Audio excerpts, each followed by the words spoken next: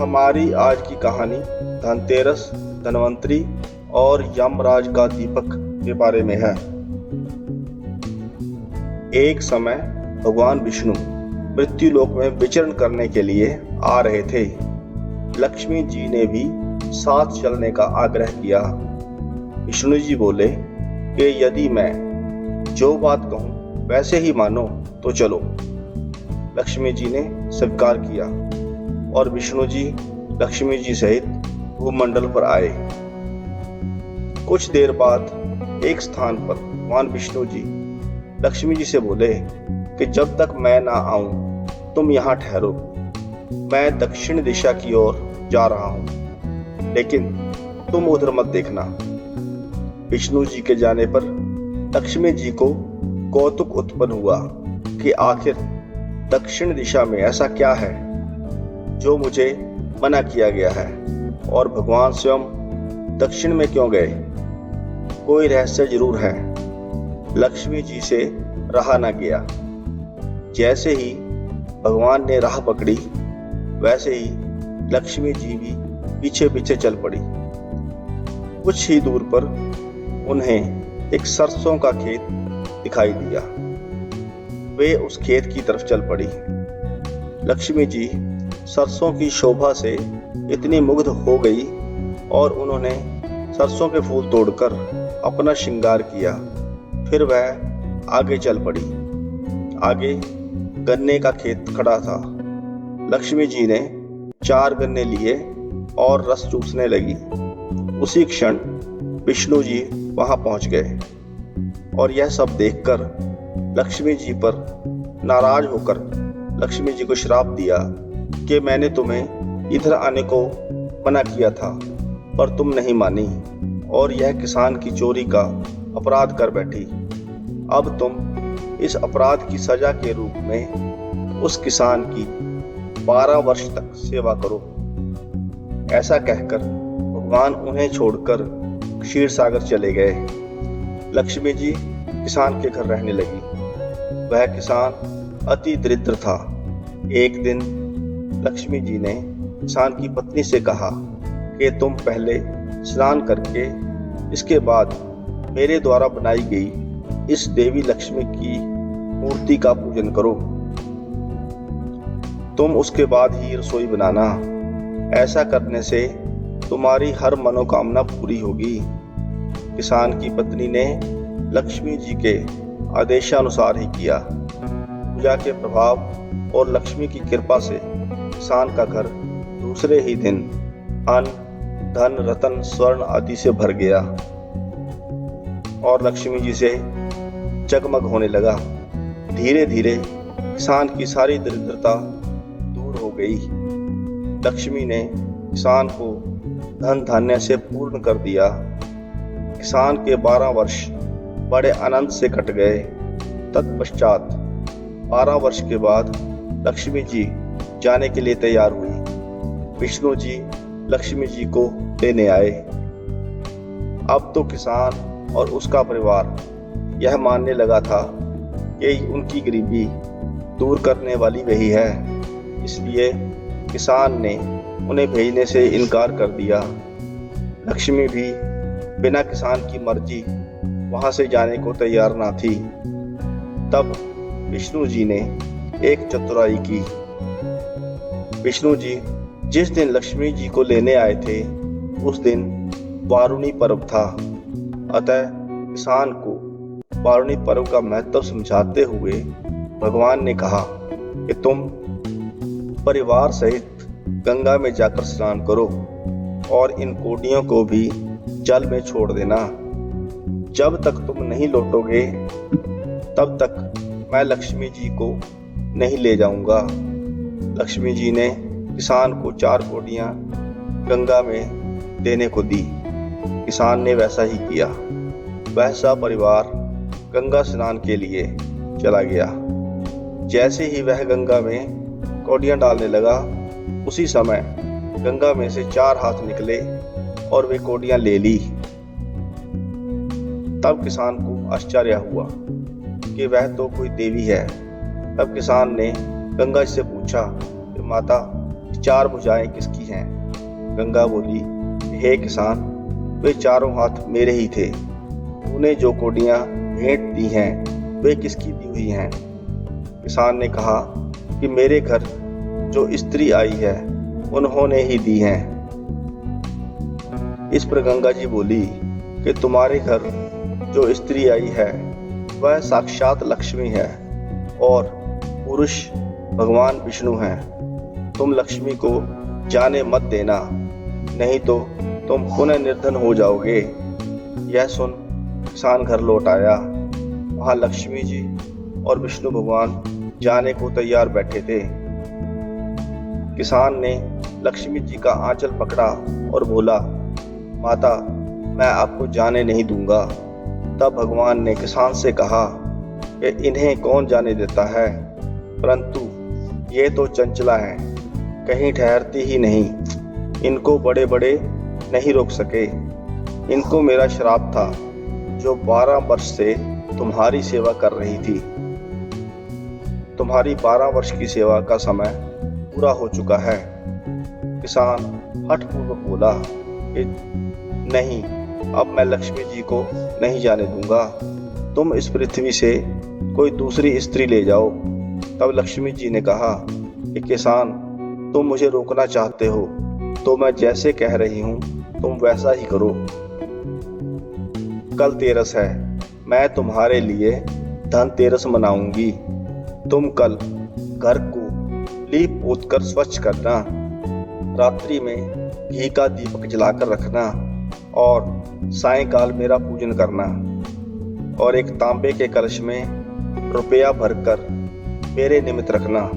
मैं उस कलश में निवास करूंगी, किंतु पूजा के समय मैं तुम्हें दिखाई नहीं दूंगी। मैं इस दिन की पूजा करने से वर्ष भर तुम्हारे घर से नहीं जाऊंगी। मुझे रखना है तो इसी तरह प्रतिवर्ष मेरी पूजा करना।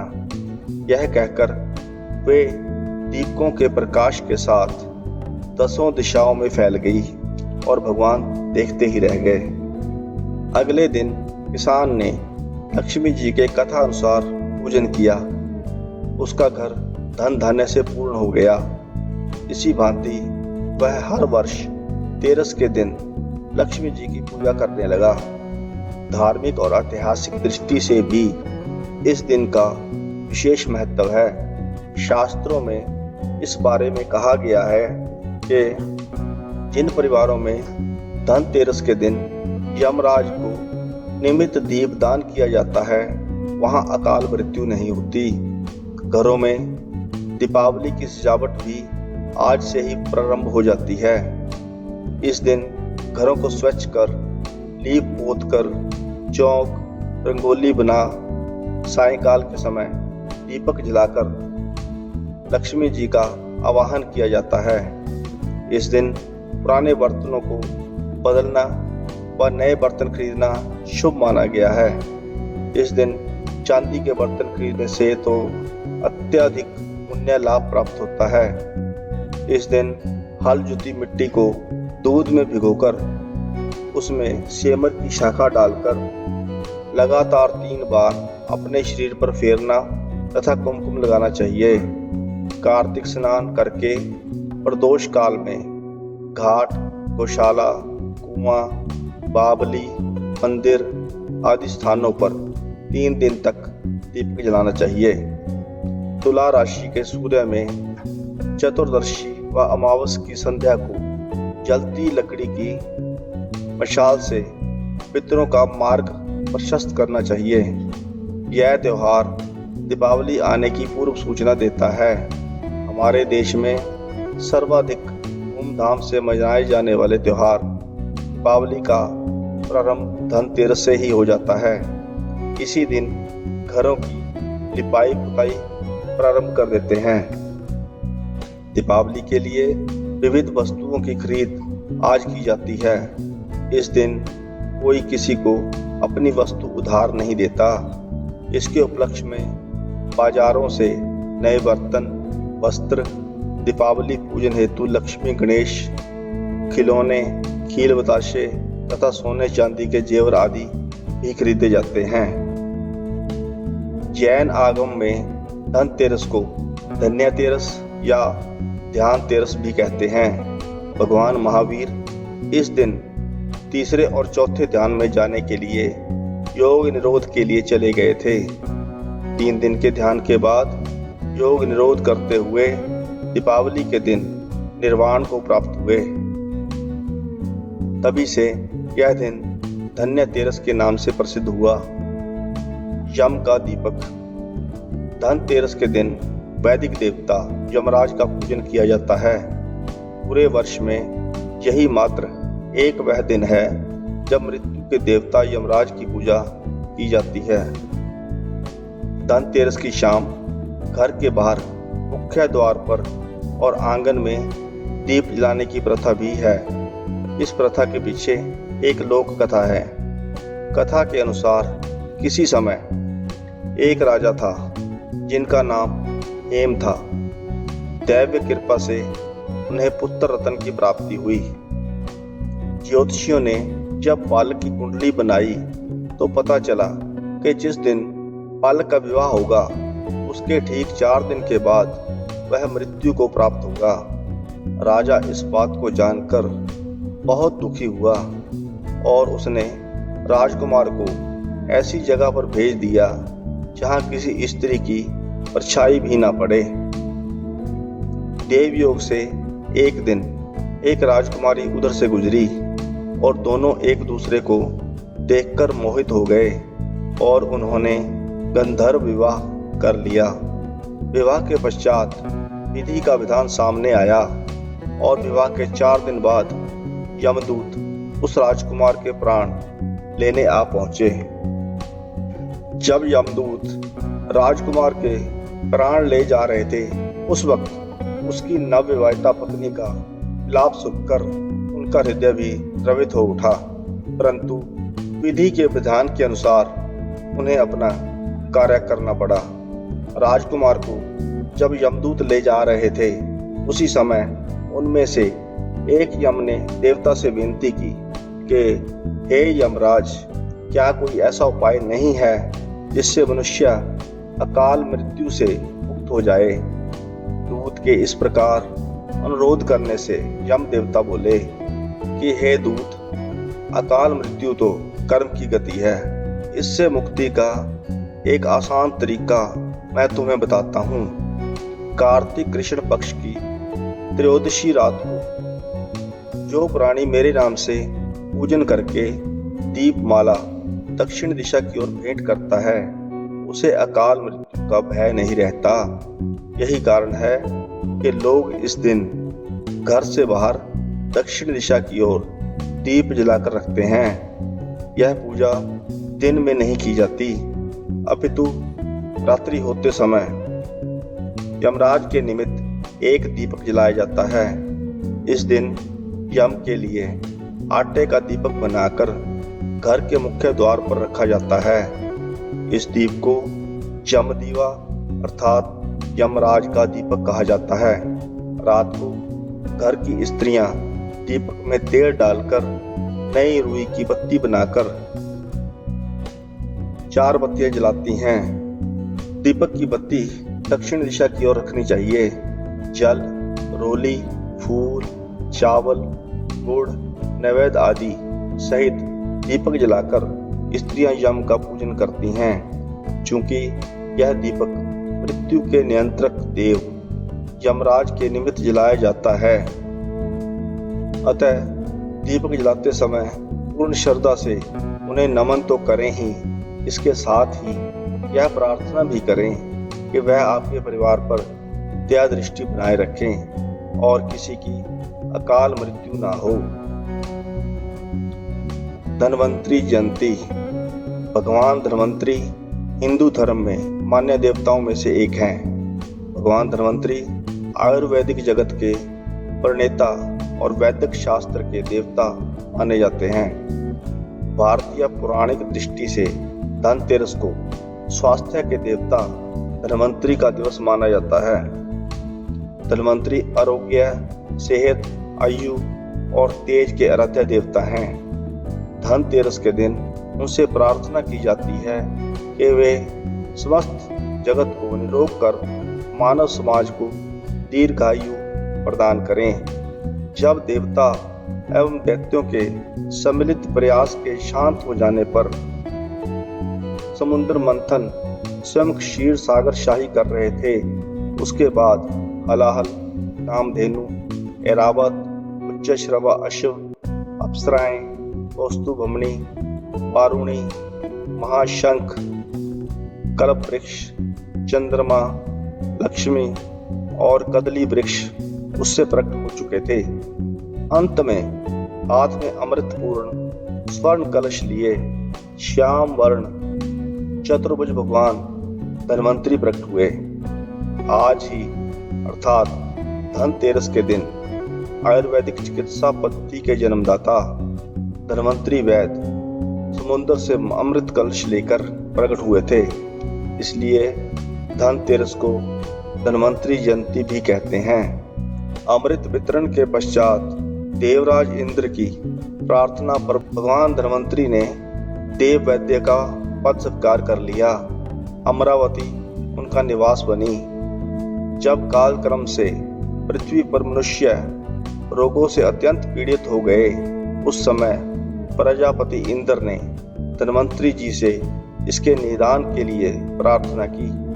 वह काशी के राजा महाराज धन्वय के पुत्र के रूप में जन्म लिया था। उन्होंने शल्य शास्त्र पर महत्वपूर्ण गवेषणाएं की। उनके प्रपौत्र दिवोदास ने उन्हें परमार्जित कर सुश्रुत आदि शिष्यों को उपदेश दिए। इस तरह सुश्रुत संहिता किसी एक का नहीं, बल्कि धन्वंतरी, दिवोदास और सुश्रुत तीनों के वैज्ञानिक जीवन का मूर्त रूप है। धन्वंतरी के जीवन का सबसे बड़ा वैज्ञानिक प्रयोग अमृत का है। उनके जीवन के साथ अमृत का कलश जुड़ा है, वह भी सोने का कलश। अमृत निर्माण करने का प्रयोग धन्वंतरी ने स्वर्ण पात्र में ही बताया था। उन्होंने कहा कि मृत्यु के विनाश के लिए ब्रह्मा आदि देवताओं ने सोम नामक अमृत का आविष्कार किया था। सुश्रुत संहिता में उनके रासायनिक प्रयोग के उल्लेख हैं। धन्वंतरी के संप्रदाय में 100 प्रकार की मृत्यु है। उनमें एक ही काल मृत्यु है। शेष अकाल मृत्यु रोकने के प्रयास ही निदान और चिकित्सा हैं। आयु के न्यूनाधिक की एक एक माप धन्वंतरी ने बताई है। इनकी धन्वंतरी संहिता आयुर्वेद का मूल ग्रंथ है। वैद्य, हकीम और ब्राह्मण समाज धनतेरस के दिन धन्वंतरी भगवान का पूजन कर धन्वंतरी जयंती मनाता है। आयुर्वेद के आदि आचार्य सुश्रुत मुनि ने धन्वंतरी जी से ही इस शास्त्र का उपदेश प्राप्त किया था। बहुत कम लोग जानते हैं कि धनतेरस आयुर्वेद के जनक धन्वंतरी की स्मृति में मनाया जाता है। इस दिन लोग अपने घरों में नए बर्तन खरीदते हैं और उनमें पकवान रखकर भगवान धन्वंतरी को अर्पित करते हैं। लेकिन वे यह भूल जाते हैं कि असली धन तो स्वास्थ्य है। धन्वंतरी ईसा से लगभग 10,000 वर्ष पूर्व हुए थे। धन्वंतरी जब प्रकट हुए थे तो उनके हाथों में अमृत से भरा कलश था। भगवान धन्वंतरी चूंकि कलश लेकर प्रकट हुए थे, इसलिए ही इस अवसर पर बर्तन खरीदने की परंपरा है। धनतेरस के दिन चांदी खरीदने की भी प्रथा है, जिसके संभव ना हो पाने पर लोग चांदी के बने बर्तन खरीदते हैं। इसके पीछे यह कारण माना जाता है कि यह चंद्रमा का प्रतीक है, जो शीतलता प्रदान करता है और मन में संतोष रूपी धन का वास होता है। संतोष को सबसे बड़ा धन कहा गया है। जिसके पास संतोष है वह स्वस्थ है, सुखी है और वही सबसे धनवान है। भगवान धन्वंतरी जी, जो चिकित्सा के देवता भी हैं, उनसे स्वास्थ्य और सेहत की कामना के लिए संतोष रूपी धन से बड़ा कोई धन नहीं है। कहीं कहीं लोक मान्यता के अनुसार यह भी कहा जाता है कि इस दिन धन वस्तु खरीदने से उसमें 13 गुना वृद्धि होती है। इस अवसर पर लोग धनिया के बीज खरीदकर घर में रखते हैं। दीपावली के बाद इन बीजों को लोग अपने बाग बगीचों में या खेतों में बोते हैं। धनतेरस के दिन दीप जलाकर भगवान धन्वंतरी की पूजा करें। भगवान धन्वंतरी से स्वास्थ्य बनाए रखने हेतु प्रार्थना करें। चांदी का कोई पात्र व लक्ष्मी गणेश अंकित सोने चांदी का सिक्का कीना जाता है। दीपावली की रात भगवान श्री गणेश व देवी लक्ष्मी के लिए भोग चढ़ाया जाता है। कहा जाता है कि समुद्र मंथन के समय भगवान धन्वंतरी और माँ लक्ष्मी का जन्म हुआ था और यही कारण है कि धनतेरस को भगवान धन्वंतरी और माँ लक्ष्मी की पूजा की जाती है। धनतेरस दिवाली के 2 दिन पहले मनाया जाता है। अगर आपको यह कहानी अच्छी लगी हो तो वीडियो को लाइक करें, चैनल को सब्सक्राइब करें। धन्यवाद।